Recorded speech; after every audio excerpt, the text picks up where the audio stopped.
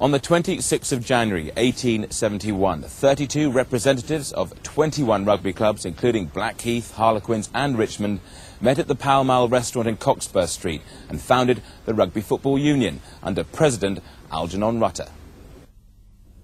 Their remit was to govern the game, protect its best interests and, of course, field a national side. On the 27th of March of that same year at Rayburn Place, Edinburgh, England played Scotland in the first ever Rugby International. 10 of England's 20 players were former pupils of rugby school, including Frederick Stokes of Blackheath. A weakened England side lost to a better prepared Scottish team by a try and a goal to 1 try. It wasn't until 1875 that the 15-a-side format was adopted at the universities, and another 2 years before it was seen in an international against Ireland.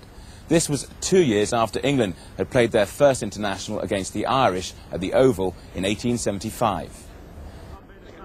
In these early days, rugby was very much a kicking as opposed to a passing game. Indeed, it was sometimes considered poor form to offload the ball before being tackled.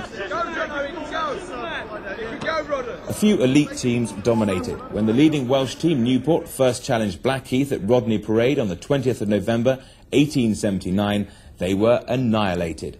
4 goals and 8 tries to 0.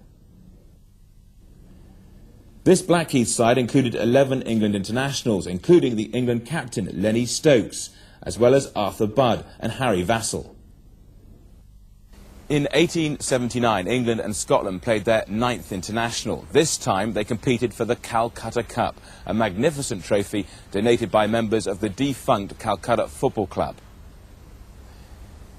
The Welsh were humiliated again when their international 15 met the English in their debut international in 1881.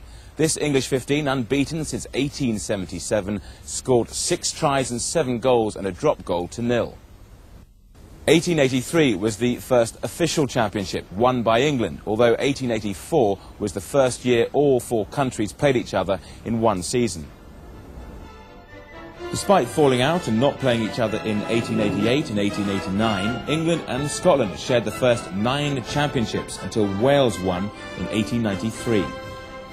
Blackheath players continued to star for England, most notably Andrew Stoddart, who won 10 caps in the 3 quarters for England and went on to take over the captaincy of the British Lions maiden tour in Australia in 1888. The Blackheath side of this era also included Percy Cartmel, who instigated the famous Barbarians Club in 1890.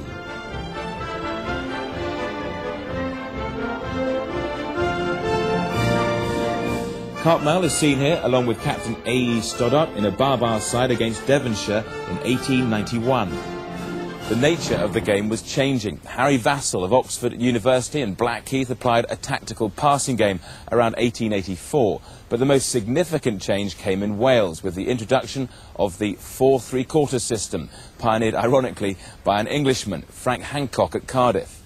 Despite this Welsh innovation, the English team had their greatest season to date in 1892, when they won the championship without conceding a point, culminating in a 5-0 victory in Edinburgh.